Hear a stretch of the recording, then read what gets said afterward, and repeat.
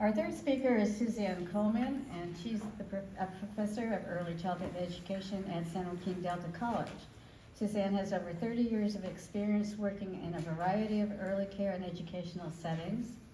She has worked as a full-time professor of early childhood education at San Joaquin Delta College for 14 years. Her special areas of interest are in early mathematics, technology, and early literacy. Suzanne also works with practicing preschool teachers as the local coordinator of the California Early Childhood Mentor Program. Most recently, she began work as an ambassador with the UCLA Early Childhood Math Project to bring current early childhood math research and best practices to preschool practitioners. So, Suzanne?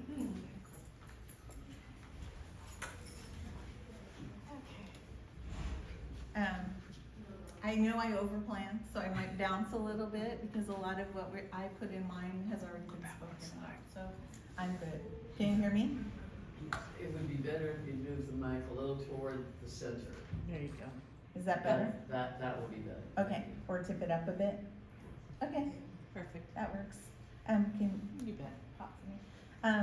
I tried to organize my thoughts around three kind of key components. And this is that pressure from one end and pressure from the other end that we're looking at. And the first one has to do with the fact that there's a nationwide shortage of teachers, which has already been spoken about, and teachers in elementary school and now in the early childhood community too. And then the bottom arrow pushing up is Biden's plan and our governor's plan, and this increased need or push for universal early care.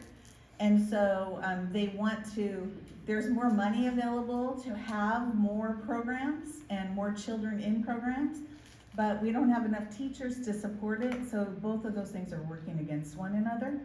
The second one is this rise in teacher expectations. And teacher expectations, we've had permits for early childhood teachers, but now they're working towards, well, not working towards, there is a California pre-K through grade 3 credential in the works. And there's different pilot programs throughout the state that are looking at what are those pathways going to look like, what is the coursework that's going to support those pathways. And the part that's working against that push for greater expectations for teachers is they don't pay them enough money.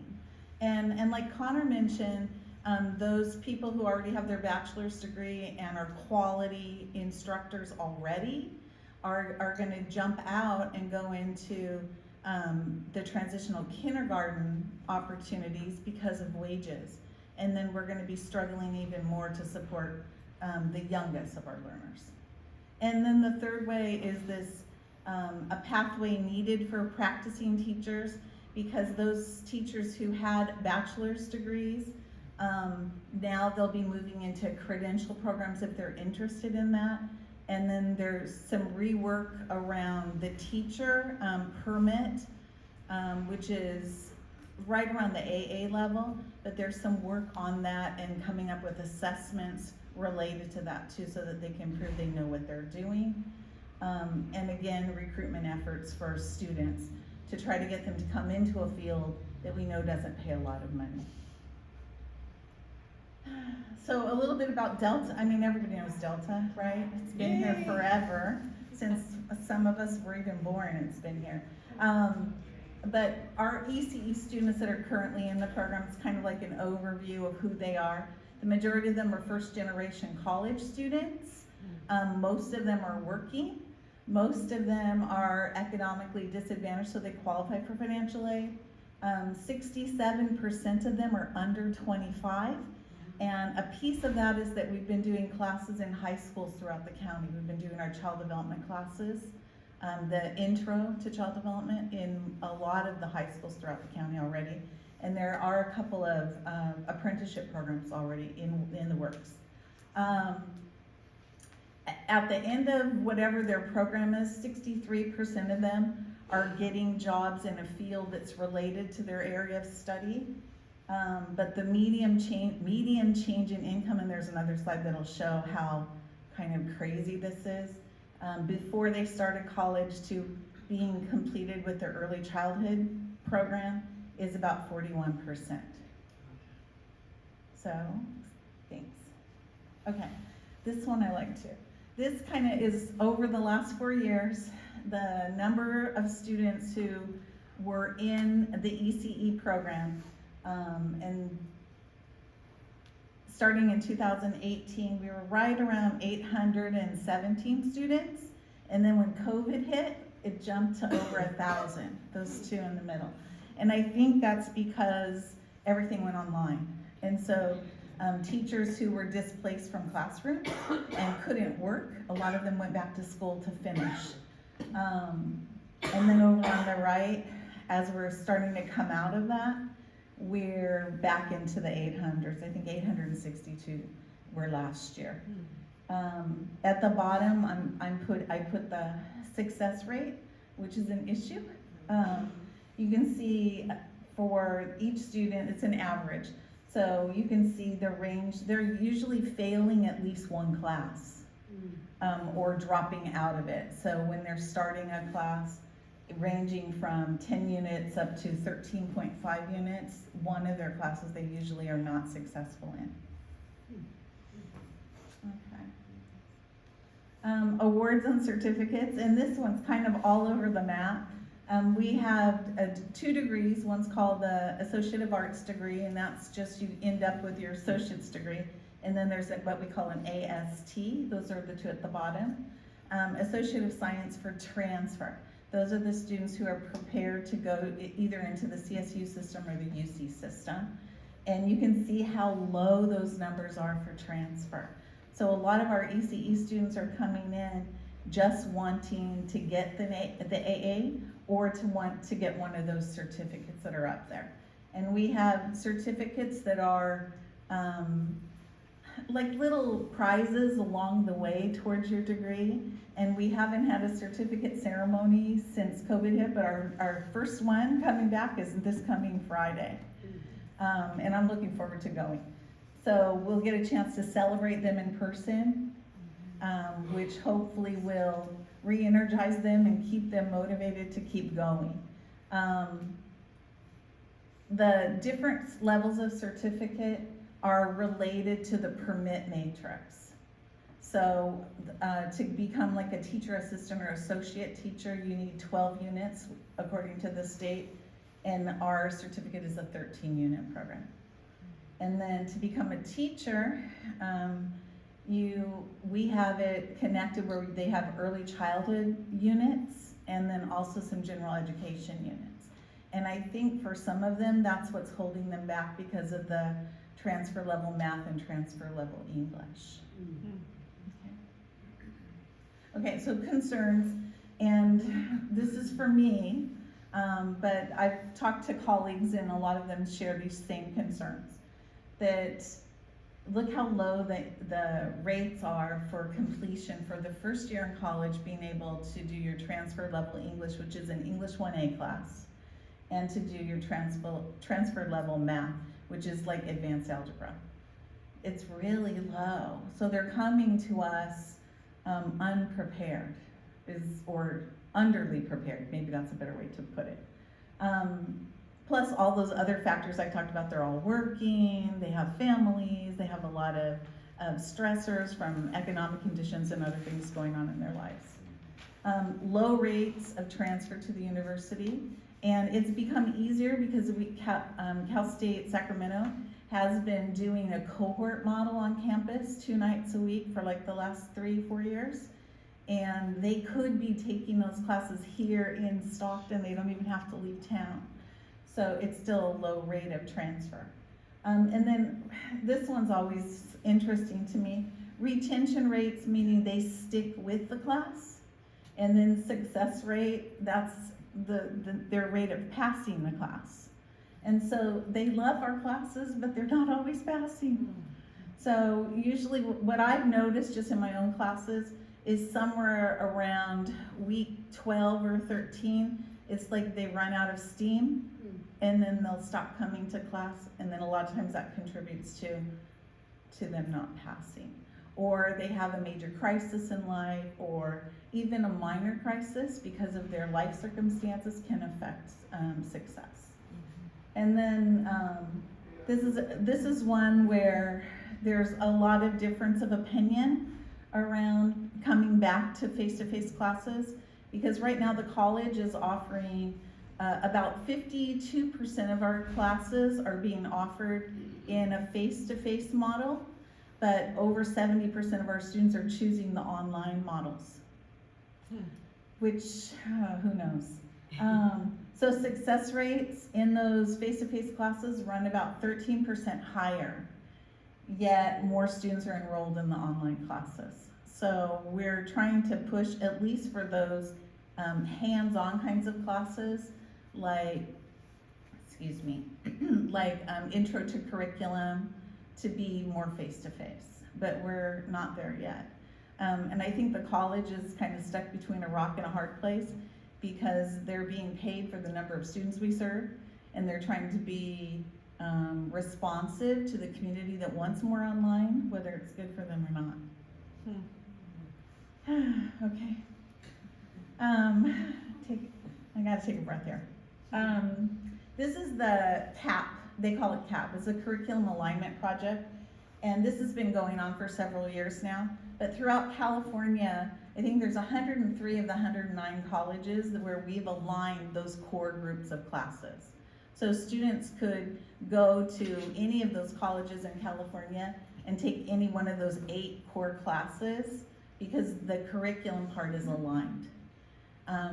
We've been doing this at the state level as educators to make it easier for students, because we know that there's a large rate of transfer from one county to the next, that sort of thing, so to make it easier.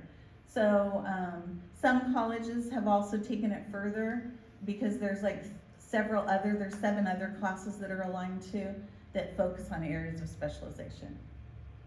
And then most recently, they've taken all of those course outlines and have updated them to be connected to the state teacher teacher performance expectations, the TPEs, which is like a huge book for a little bit more than minimum wage. It's like disturbing to me. And then on the right side, those are those core 8 classes. And so like this semester, I have one face-to-face class, and that's Child Family Community, and I only have 15 students in it, which makes me so sad. But those 15 students are all doing well, and they know each other's names. They know 2 of them have a cat that has the same name. 3 of them were cheerleaders in high school. I mean, they've bonded, and they're already talking about what face-to-face classes to take the next time. The other classes that I'm teaching this semester are, well, it's not there, it's the special needs class I'm teaching, and then principles and practices. Okay. This, everybody's talked about already, pay inequity, so I'm not gonna hammer it anymore. It's just, it's totally sad to me that we're not being respectful of, literally, they're brain builders, these people that are working with young kids. They're providing experiences that are building brains, and we're not respecting that. Okay, go on. Sorry. Okay, and you can see the salary data, and this is from the Chancellor's office, and this is for the state of California for all students who are in the early childhood program. You can see that what salary was before they got their degree or their certificate, and then what it was 2 years afterwards, and then what it was 5 years afterwards. And based on what you were sharing about the poverty index, those are all in the poverty index. So it's sad. Okay. This, I don't know if we want to go here, but I'll talk a little bit about this. There's a study out right now that's coming out of Tennessee, and the chief investigator works for Vanderbilt now, but she has been able to put this information together.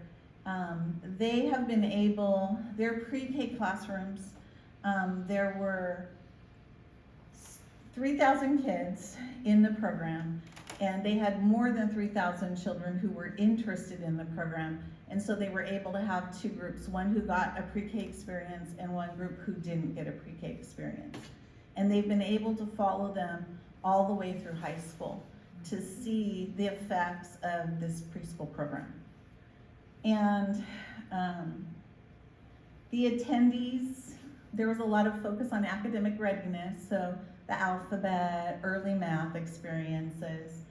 And by the end of their preschool experience, when they went into kindergarten, those kids who had the pre-K experience were doing better than the kids who didn't get it. And the kids who didn't get the pre-K experience still got care somewhere, right? So either from relatives or from family child care providers, or maybe a faith-based program, but not one that was connected with the schools.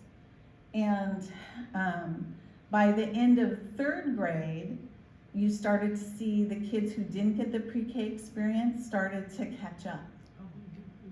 And then by the time sixth grade rolled around, those kids that did have the pre-K experience in the school environments had lower academic scores, but more behavioral problems and more referrals for special ed. Okay, okay, next slide. She has her premise, what she's thinking is going on, is that their experience was too school-like. For early learners, being in classrooms, working on just academics in a didactic model where the adult's doing most of the talking, she's thinking that wasn't the right atmosphere for them to be learning in. Because those kids who didn't have that pre-K experience were in more warm, welcoming environments, less push towards academics, more play types of opportunities. So perhaps too much or the wrong focus on readiness skills, too much adult-led time. It could be curriculum choice and what models were being used in those state preschools there, and then not enough time for meaningful play. So next one. So her big focus, what she's pushing, and she just did a presentation for the state, for educators who went to this meeting last week, about she wants California to do it the right way. She wants California to start collecting information over time so that we can see what works for young kids. Warm, welcoming environments, messy sensory play, and the one poster that's over there, Kay, I love that poster. The two of them, one with the toilet paper all over everywhere, because kids are learning about the world through those messy sensory experiences. All weather outdoor play, and we talk about it's too cold or it's too hot. It's not about bad weather, it's about bad clothing. You gotta put on the right clothing, you can experience every weather there is. Joy and discovery, so allowing kids to play and make discoveries and share in their joy.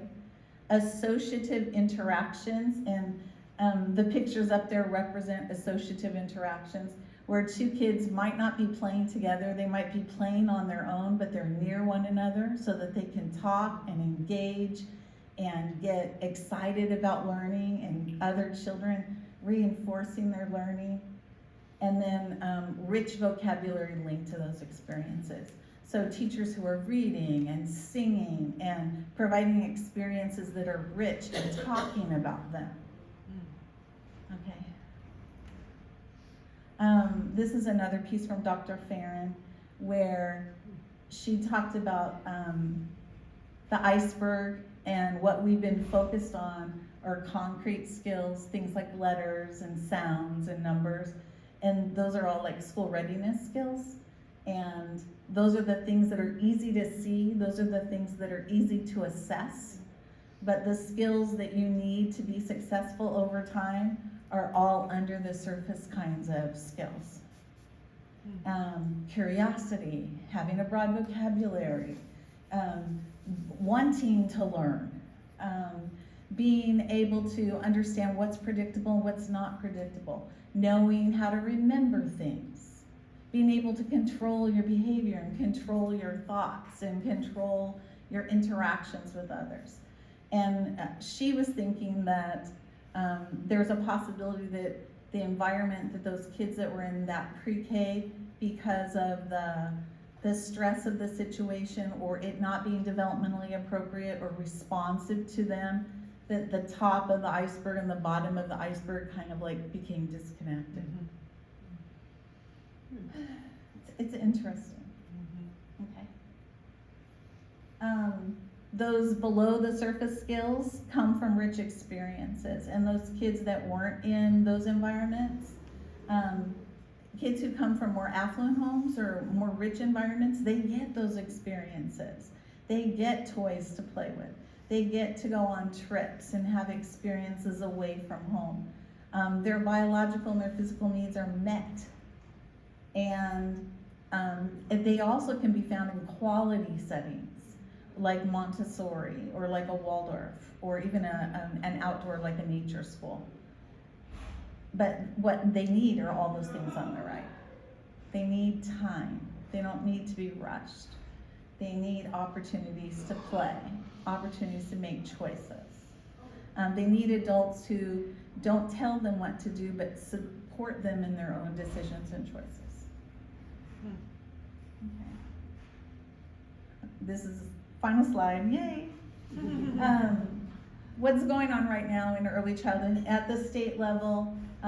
There's partnerships throughout the state between community colleges and CSUs that are trying to look at those early childhood pathways so that there's clear information going out to students so they'll know what they need to get an AA degree that'll blend right into a bachelor's program and into a credential.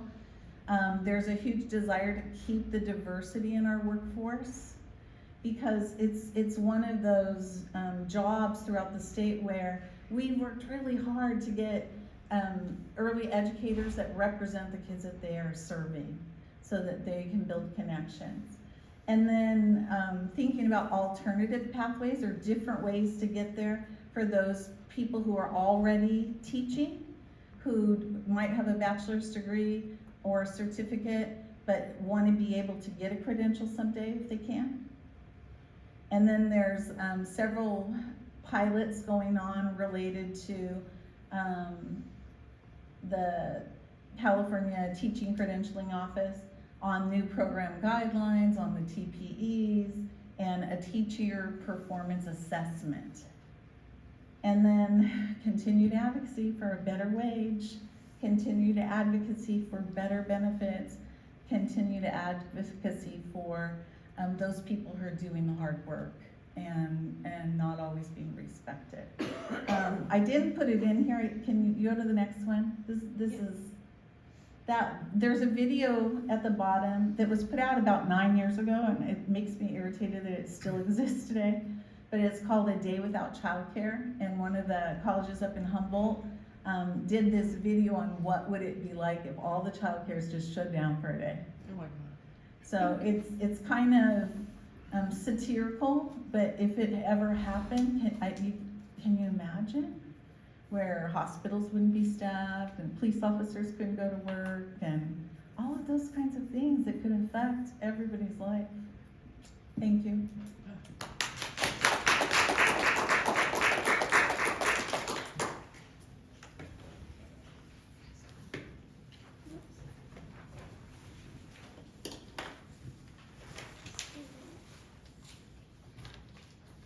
Thank you very much.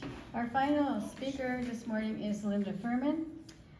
She has served on the board of directors for the local San Joaquin Society for Human Resources Management, called SHRM. And she's been in this chapter for more than 15 years. She's served 2 terms as the president, as well as serving in the role of vice president of professional development. As the past president, she's currently helping mentor the board on developing opportunities. She holds a BA in Human Resources Management and a SHRM CP certification. Thank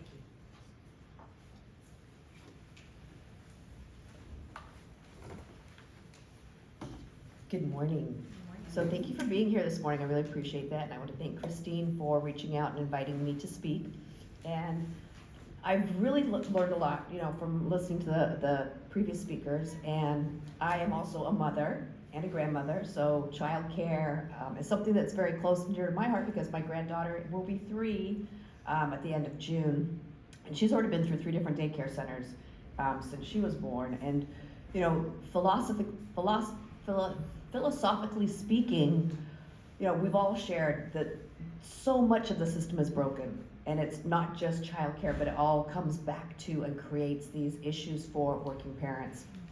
Childcare providers, they are responsible for the safety and well-being and the early education of our most precious asset, the future of America. And I'll go back to, my son is 35 years old now. When he was in daycare, it was $100 a day. And that was, almost breaking my bank. And we didn't have these resources where there were programs. And that borderline between what's considered the cutoff for assistance really, in my opinion, is too low.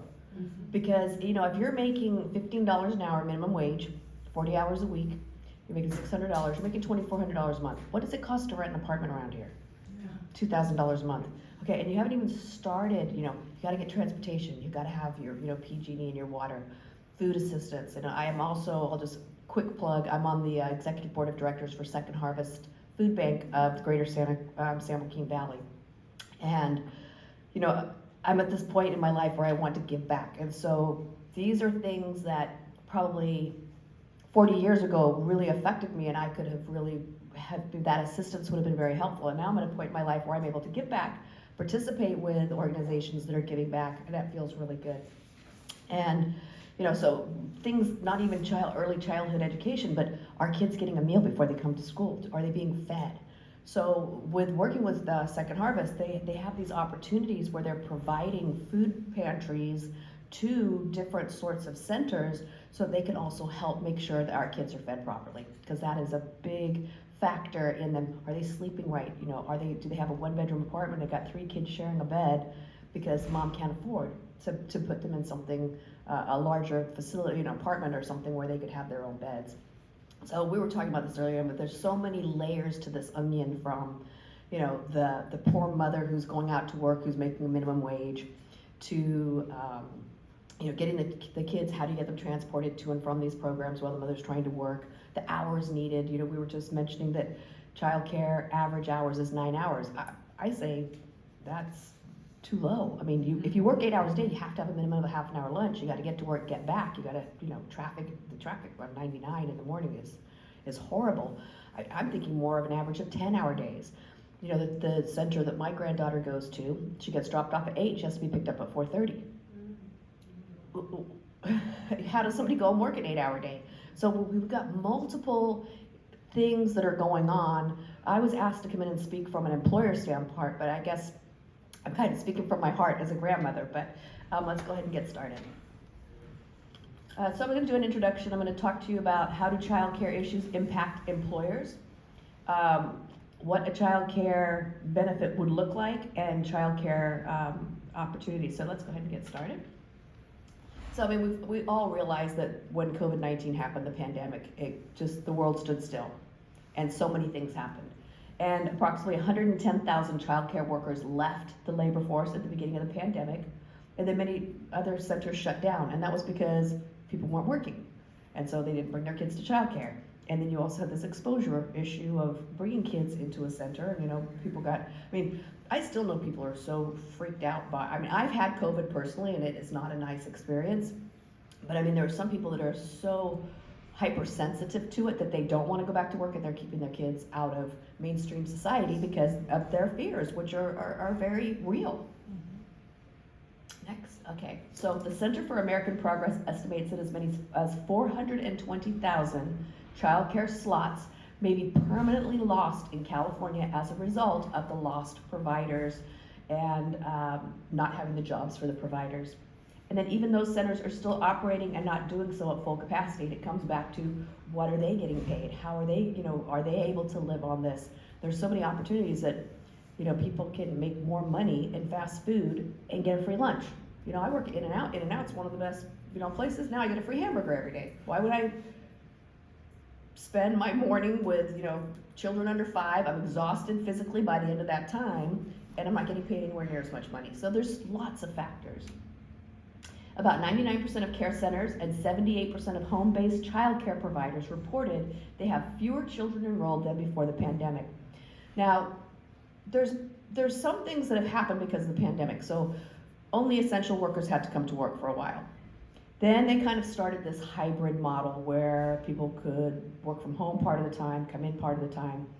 And as an employer, I think it's very, very important that we have these hybrid opportunities. One, it's going to help with childcare. So if I know I only have to go in on Mondays and Tuesdays and I can work from home Wednesday, Thursday, Friday, that's reducing my childcare expense and cost, and then I'm getting more quality time with my kids. So a lot of people have not returned to work. I think they're still trying to. I talked to my friend, she works for T-Mobile, and she was saying, oh, they completely closed the office, completely shut the building down because they're going to save hundreds of $1,000s and not paying for rent and lease and PG&E and keeping a building open.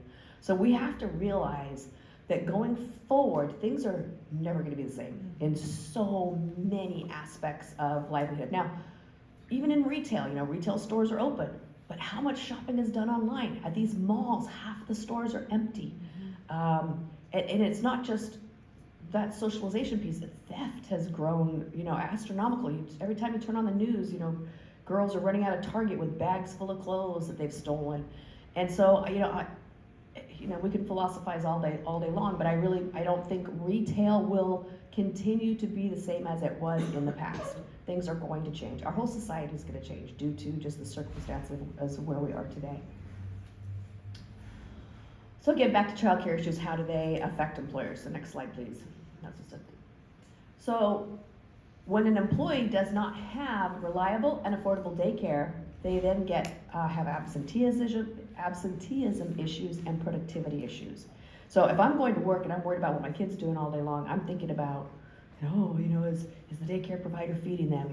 Are they still working with them, potty training them? Are they spending time reading to them? Are they putting them in front of a TV? Here's your room, kid. Here's your snack. Sit down, shut up, and when we have these wonderful programs, we know they're getting the proper education. It's the family settings, the home health care, home services that people don't have to qualify or have they might get a license or a permit to operate a daycare center, but they really don't have the education for turning that education back. They're not educated. They don't finish high school, and now how are you going to expect them to teach these young children? We got the above the glacier, items. My granddaughter, we speak in English and in Spanish. She can, count to 10 at 2 years old in English and Spanish. She knows her letters. And we're very fortunate that her care provider is Hispanic and is speaking a second language to her, because in our home, her mother's Hispanic. And so we not enforce, that sounds like a horrible word. We continue to encourage her to speak in English and Spanish. Like sometimes she'll say a word to me and I'll be like, what did you just say? And then she has to explain to me. I'm like, oh, I get that, now I learned a new word. But then the other part, 60% of parents say that if they had child care benefits, it would make them more likely to stay with their current employer. So we have this thing called a dependent spending account through flexible spending, where an employee can set aside money pre-tax, and then they can use that pre-tax money to pay for their daycare. So that helps, but it's still coming out of their pocket. It's still their money, so it's still a cost to the employee. Next. You got so engulfed in my conversation. So why should employers offer a child care benefit? Well, in some households, child care is the second largest household expense after rent. And I think I kind of touched on that at the beginning when I was doing my little ad lib. But the mortgage, maybe a car payment. I mean, some people have really nice cars and car payments are expensive, but child care is one of the largest expenses. And I don't know how they do it today. These people have 2 and 3 and 4 kids that they've got in daycare. Your whole paycheck is going to daycare costs. They can also be a powerful way to help attract and to retain talent. reduce absenteeism, and increase productivity. In an industry, companies that include childcare in their benefit offerings are better positioned to become an employer of choice.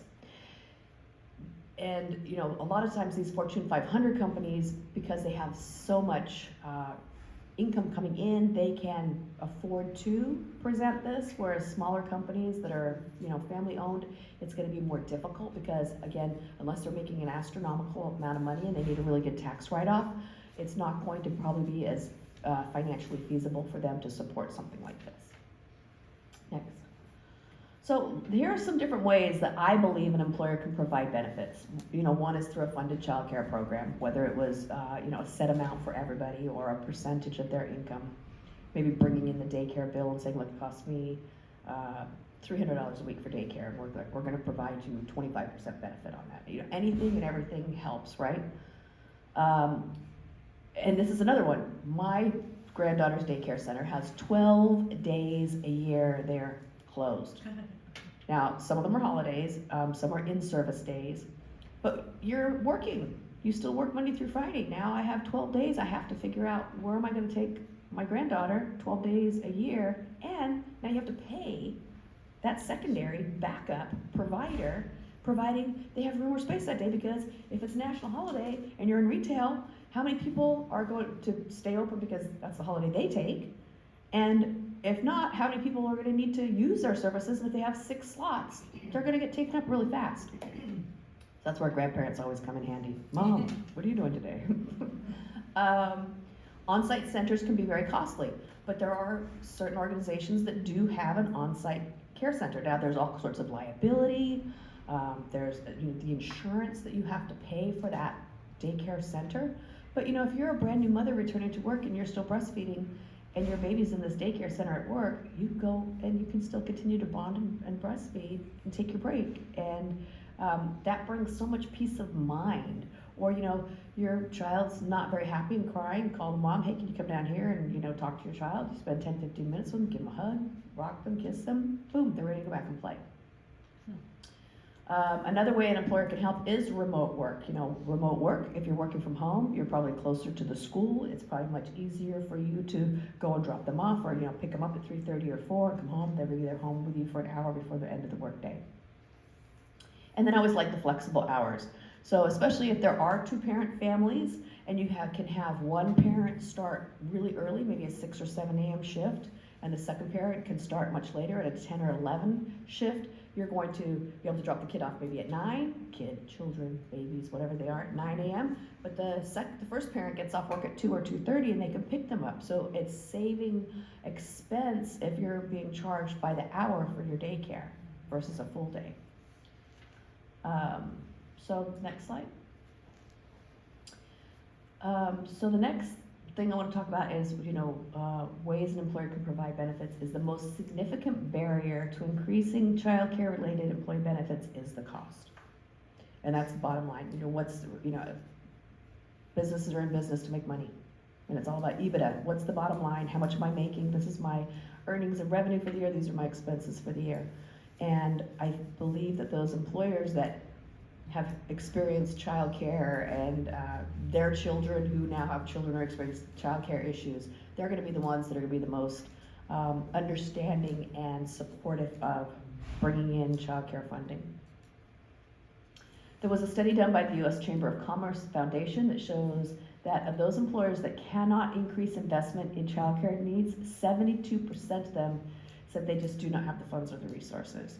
So again, depending on grants, maybe some grants could become available to employers where they could then support that through their organization. And then in interviewing employers on this topic, renting or building even a small child care costs millions of dollars due to those specific requirements for such centers. They have to be ADA, they have to have restrooms, they gotta have plumbing, they've got to have you know, obviously electricity, you've got to have, you know, heat and air, all those things. And they're very, very, very expensive. Next. So there was an assembly bill that was put forward, AB 1179. This was introduced in 2021, and it would have required all employers that have 1,000 or more employees and all public employers to pay for 60 hours of, well, I just mentioned that backup child care plan. So those days your child care center is closed. Backup child care is defined in the bill broadly to include child care where the employee's regular child care provider cannot be utilized. So whether it's they're observing a holiday or they're taking vacation time. The amount the employee would receive was tied to the rate of pay, so it was equivalent to up to 60 hours of pay per year, while with the employees making more, so you know the $15 an hour person was getting their 60 hours at $15 an hour, but potentially the $30 an hour employee is now getting their 60 hours at $30, so they're getting twice the benefit. So that was one of the considerations in this bill having some issues. The Assembly Appropriations Committee, which analyzes the fiscal impact of legislation on the state, indicated that there were unknown costs to the state as a result of providing state workers with 60 hours of pay for childcare.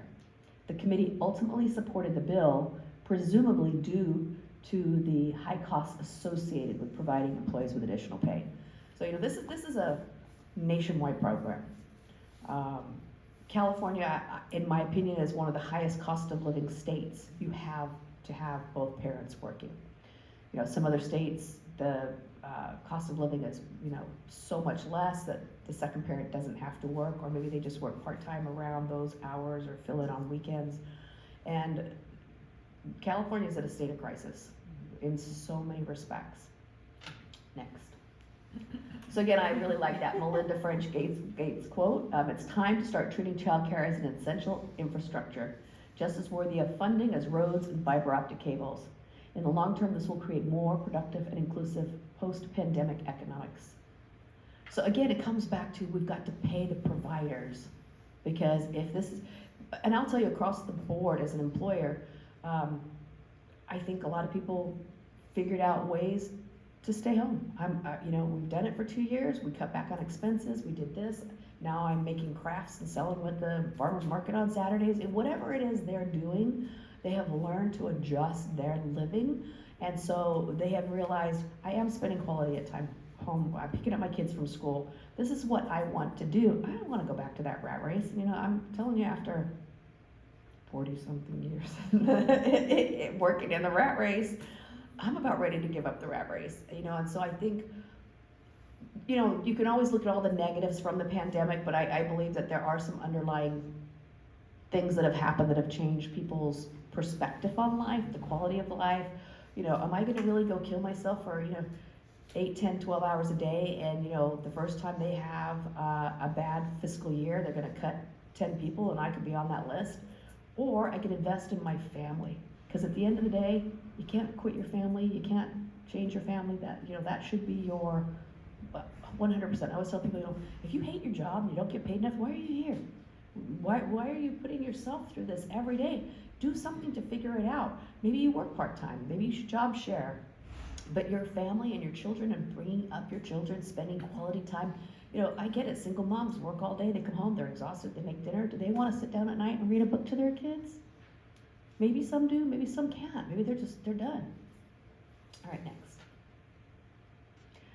So I did look into childcare financial assistance options, but because of my colleagues here who talked about some of these programs, I'm sure you're already aware of those. But paying for quality childcare can be a struggle for many families in the United States. The cost of childcare is often the biggest part of a family's budget and can be higher than the cost of housing or food or even college tuition. So if you do need help paying for childcare, there are programs that can help. There's child care financial assistance through vouchers, certificates, or subsidies, and different states have different resources. And so, you know, the website I went to had a resource for your specific state. You click on California and it tells you. So the next slide does refer to Head Start and Early Head Start. So this is obviously something that's very important here. But again, from birth to age 5. For school and provide services to support children's early learning and development, mental well-being. You know, I'm also a yoga teacher. I teach yoga at 2 different yoga studios in Tracy. And what I love is some of my friends who are yogis have been asked to go into schools and teach 3- and 4-year-olds and teach them about meditation, talk about, you know, learning to, you know, breathe and, you know, take your moments, and let's all lay in Shavasana and just take our moment and be peaceful. And I think if we incorporated, you know, more of that, because I know with a lot of the problems with schools and funding, they cut the PE programs. You know, that's the first thing, you're like, well, PE, that's extracurricular, you can play baseball at home. But we need to start bringing this wellness, this mindset, this cherishing our children, because, you know, when we get to that point, when we move on, they're going to be the future. They're going to be, you know, what are they going to do? And I think, again, because of the crisis, because of the pandemic, because of the way the world is evolving and changing, our children are going to come in and say, these are the things that are more important. You know, I mean, I'm a baby boomer. I was, you know, work, and work some more. Bring in your money. Don't be a quitter. You know, work really hard. And, you know, they were all great qualities. And I mean, they got us to where we are today. But we need to shift the priorities back to family. I think that's really important. Next. State-funded pre-kindergarten. So again, you know, not knowing what each of us were going to speak about, we, you know, again, tapping into these things that are so important. So there's that pre-kindergarten education, learning. You know, I always ask my granddaughter every day when she goes, "What did you learn today? What did you do today?" You know, and it just seeing her come home and what she's learned, and I mean, her vocabulary, like just in the last 5 months, you know, she's just speaking like she put like 8, 9, 10 words together, which, you know, was, you know, again, because she's surrounded by other children and her teacher is teaching her these things. And then I think my last slide, again, childcare financial assistance options, and there's different kind of searches you can go into, you know, from providers to educational information, and then getting into the Head Start programs. And I think I have more. Family Resources and Wellness Center, San Joaquin County Human Services Agency, and Creative Childcare are right here in Stockton. But remember, you know, San Joaquin County serves more than just the local basis Stockton, and we have to also in those outlying areas, Manteca and Tracy, Lodi, Escalon. You know, we have to have this reach, go out to provide in some of those in the more rural areas, especially the further east you go. Opportunities and options. Can you go back to the previous slide? Yeah. So again, learning about the ins and outs of childcare, early learning programs. These were just some of the things. And basically, I just kind of went on Google and just said childcare help in San Joaquin County, and a lot of this stuff came up. So if you have access to the internet, but thank you for letting me digress and go into more of this whole world opportunity. But I think, you know, all of us, you know, whether we're mothers, grandparents, great-grandparents, aunts and uncles, whatever we are, it impacts our families. So thank you so much for having me today.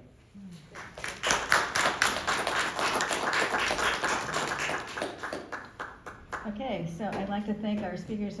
We learned a lot. I think we had some great insights and information. So if anybody has questions, if this is the time for questions. Don't all jump up at once. Yeah. I do.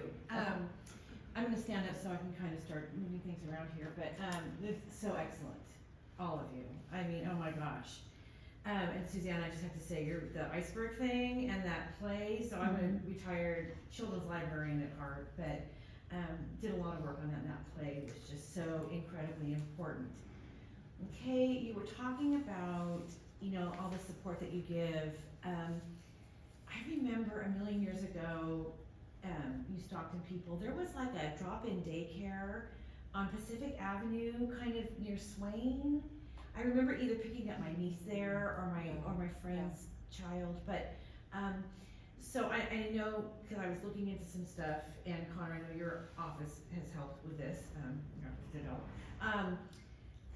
for all that licensing, you know, I'm trying to think of how the community can support. I mean, Linda, you know, as an employer, I had so many people out during COVID, you know, because they didn't have childcare.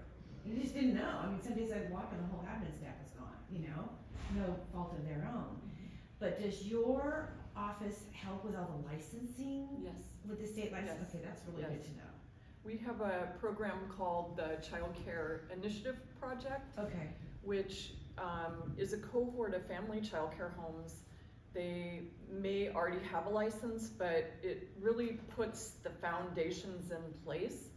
And those folks who travel through that training for a year have almost no licensing violations ever. Because Wow. they have the education, they know where to get the resources, and they're into it, and they want to be good providers. And I just have to say this too, though. We have programs that support family, friend, and neighbor care because most people want to do well by children. Yeah. They don't want to mess them up, Right, you know? right, And right. so there are programs where we're realizing, just based on what everyone said in the audience, you know, there is a need on those days off for grandma to step in, and grandma wants to do a good job too. So, you know, there's some supports and some trainings that we're finding them at. And also our organization, something very, very important, we have been doing trainings around trauma-informed care, because if you see a relative pass away or be shot, or you know, your next door neighbor have something, or somebody died of COVID, you know, the providers need to know how not to create further damage to a child who's been through a traumatic event. And so that has been wildly popular and so desperately needed, right? So I just, you know, the most important thing I think for parents, and we tell them this all the time, we don't make a recommendation. You have to go to that provider and you have to be comfortable there. And whether it's because they speak in your language or because you can, you know, all of them are allowed to stop anytime they want, unannounced. You walk in, you do it whenever you want to, because you need to know your kids are safe. But thank you, Susie. Yeah, there's a lot of training to support them in how to get licensed and not to have violations. So, Okay. yes. All right. Thinking about my Yeah. second mountain, you know? Yes. Anything else? I have a question. Do any of you, Linda, you mentioned a bill that has to do with allowing extra money for people that need emergency childcare. But I'm wondering if any of you are aware of any bills currently in our state legislature that would be helpful in this area. Yeah, this is the only one I know of. I mean, there's so many bills that come out that we really never even hear about. Yeah. You know, senators are obviously presenting these all the time, and coming from my work within the HR world, I'm very involved with the Society for Human Resources Management. We go to an annual conference in Sacramento. We, from an employer standpoint, we advocate for what we're looking for. And I know a bill that's coming out next year is to advocate for $18 as a minimum wage. And even $18 an hour is not a living wage, but it's a start, you know, I mean, if we can get that through, but then who does it affect? It affects the employers, so what do? They cut back on other expenses. Or hours, or, you know, I mean, it's a catch-22. But, you know, the hardest thing for me, I mean, obviously if you're doing daycare and you have 6 kids, or you have your licensing up to 12 kids, and you take that, you know, whatever one parent's paying times 12, and you break out your hourly rate, it's decent money, but again, the influence that they provide over children and the formidable years of when they're learning and growing and grasping, it's sad that there's not enough programs where they have been given curriculums and things that they can, you know, I'd love to see like a babysitter in a box. I mean, that kind of sounds weird, but you know, where if you are a child care provider and you sign up for a license and you want to be a licensed caregiver, then you say, you know, here's your handbook. You need to spend at least an hour a day on, you know, on educational thing, an hour a day on play things. So whether you got Play-Doh and color crayons, you need to spend, you know, teaching them things like, you know, oh, let's bake cookies. I mean, just all those things, that those skill sets. I mean, again, I digress. Like, you know, you went to high school, like, let's start teaching them how to write it, have a checkbook, how to pay your rent, how to have a budget, how to, you know, because these kids, you know, I mean, history's great, and geography is great, and all these things are great things, but do we really prepare our children for, okay, you're 18, you're an adult, can you go live by yourself and support yourself? Yeah. We don't do it. We haven't done it for a long time, and there's so many gaps. But if we teach our kids young and we show them these opportunities, hopefully that starts that building block. I know there's a bill related to that for high school students and, becoming economically aware and able to handle your own finances before they graduate. I know there's that one. I usually refer to on the Capitol doorstep, Oh, yeah. where it has that list, but to be honest, with finals coming up, I haven't really looked lately. Yeah, we did research some bills, and there was one that I noticed, and I failed to write down that number of the bill, but it had to do with increasing pay for childcare providers, which to me, that sounds like the bottleneck that we've all been talking about, is that it's hard to get the personnel involved in early childhood education because the pay is very low. And so, and I can't remember, and I don't know where that bill is. You know, bills get introduced and then they get tabled, and so who knows? But I love the idea of bringing that into the high schools, getting them Yeah, started in a yeah. program. It's about the education, and it's a field that definitely, it's not a glamorous field, but and a lot of kids that are 15, 16 years old, can they imagine, like, I'm gonna take care of kids, when I'm 18, I'm gonna go to college for a year, and I'm gonna take care of kids. I mean, they're still kids themselves, they want the glamorous jobs, they wanna go work at Ulta Beauty and do makeup. And this is, I think, what we run up against with childcare is people have the general idea that anybody could watch a child, what's the big deal? So, we're learning that there's a lot involved, and to really provide quality care for kids takes a lot, so. All right, anybody else have questions? Okay, so I think Christine.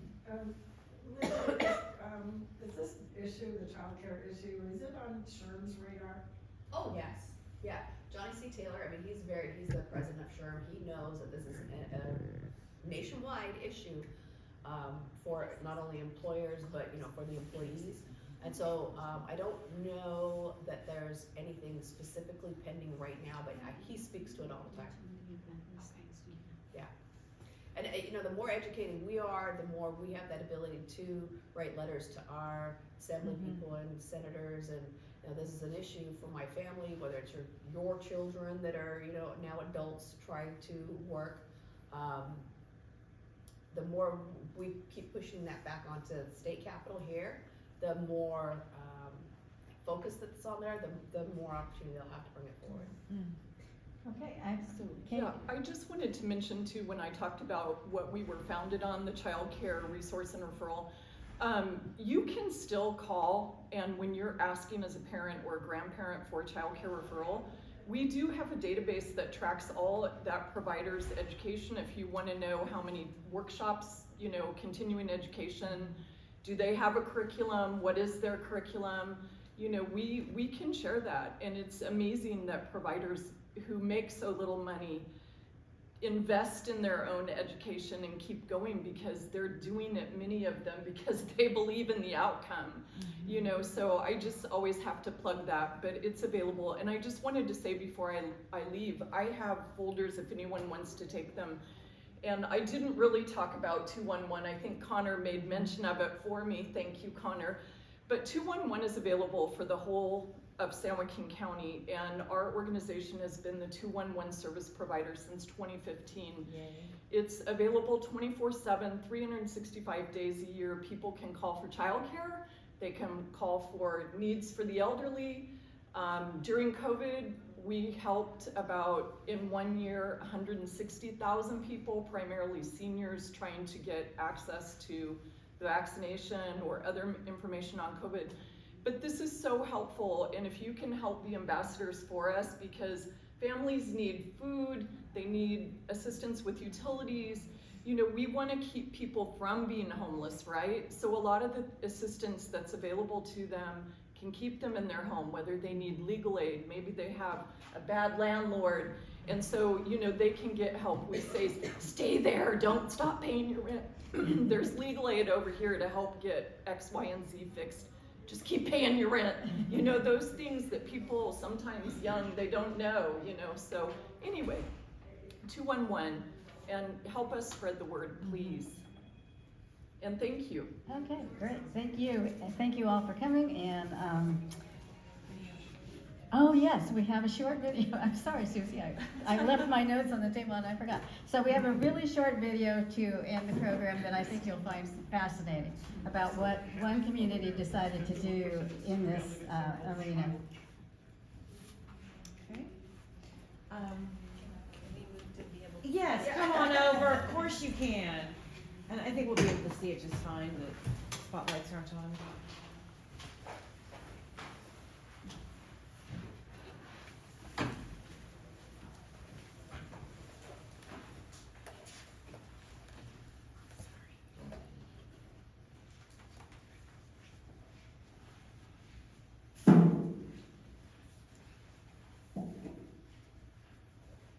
Deserts, areas where there are more children than available daycare providers. Having limited childcare options is causing an economic hit as well. An estimated $122 billion of revenue was lost last year due to parents staying at home. John Lawrenson from our Minneapolis station WCCO shows us how one small Minnesota town saved its daycare center and possibly its future. It's like every morning. Do I get to go to daycare today? Kelly Pollen's 3-year-old daughter Peyton Can you hear it? is one of the 48 preschoolers at the Little Sprouts Learning Center in Warren, Minnesota. They paint and they dance and they sing and they keep them busy. But before Peyton was even born, the daycare center in town almost shut down. We really didn't know what we would do. We don't have any family who live here. What I have found over my experience with the daycare is that once they close, they're very hard to get back open. We would have to move. We'd have to relocate entirely. Lindsay Bugler's family had the same problem.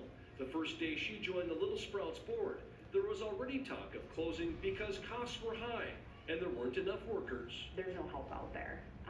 And so we had to go to the drawing board and figure out, okay, how can we financially make this work? What does it take to financially keep the daycare open? Unwilling to lose families, they decided to go big, not just keeping the center open, but building a new one twice the size.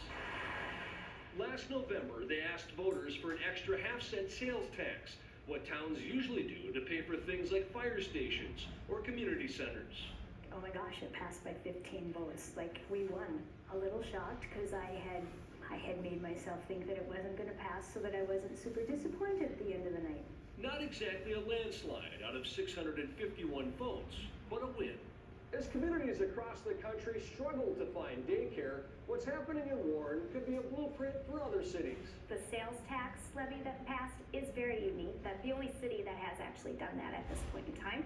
Jessica Byers with First Children's Finance. It's a nonprofit that works with Warren and other communities to find money for childcare. She says both small towns and big cities need to see good, affordable childcare as the heart and soul of their futures. The community needs to really look at childcare as an economic driver, not just a women's issue, not a parent's issue.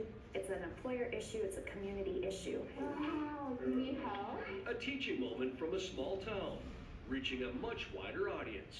For CBS Saturday Morning, John Lawrenson, Warren, Minnesota. Community issue, the way schools are a community issue. Well, nobody likes that to be taxed, but Right.